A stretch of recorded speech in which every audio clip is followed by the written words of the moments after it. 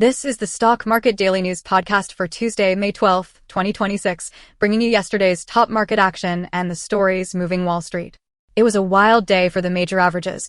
The S&P 500 slipped nearly 0.5% to close at 7,398, while the Dow Jones dropped about 1%, ending at 38,200.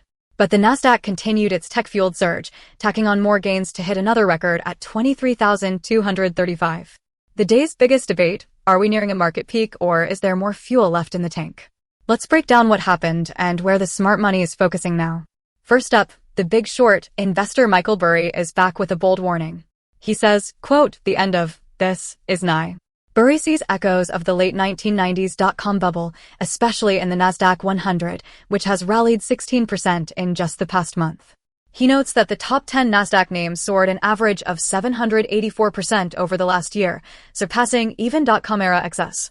Tech and semiconductor ETFs like the iShares Semi, up 65% year-to-date, are front and center.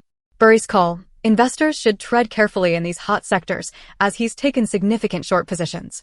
Switching to the retail stalwart, Costco just crossed the $1,000 mark, closing at $1,008.79.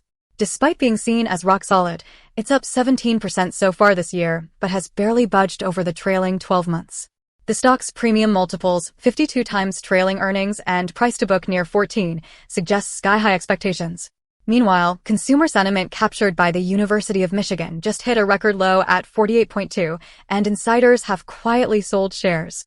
Still, Costco's membership numbers and renewal rates remain robust, making the sell in May debate lively even for the safest blue chips. Energy markets saw fresh volatility. Oil prices jumped more than 2% after President Trump rejected Iran's latest peace proposal, keeping the Strait of Hormuz mostly shut. Brent crude traded above $104 per barrel. Airline stocks felt the pinch as investors worried about surging fuel costs. Names like Southwest and United dropped nearly 1% in pre-market trading. The knock-on effect: higher operational costs could put continued pressure on the travel sector. Crypto and tech bulls are still partying. Bitcoin rallied almost 12% last month and has now reached $80,700, while the Nasdaq scored a massive 22% gain since April 1st. But Main Street isn't celebrating. U.S. consumer sentiment is at all-time lows thanks to inflation and persistent high prices at the pump. Analysts point to a widening gap between financial markets fueled by institutional money and everyday consumer realities.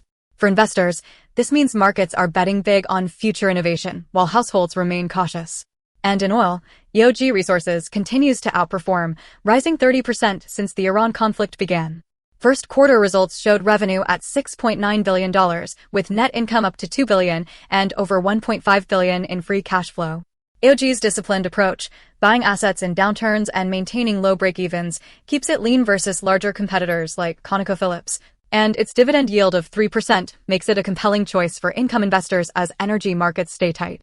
That's a wrap for today. The S&P closes at 7398, Dow at 38,200, Nasdaq at a record 23,235. Volatility is climbing in tech and energy, consumer sentiment remains shaky, and the bulls and bears are both making big bets as summer draws closer. Watch for more top-tier earnings and consumer inflation data later this week. Be sure to subscribe and follow for your daily dose of market insights. This is the Stock Market Daily News Podcast. See you tomorrow.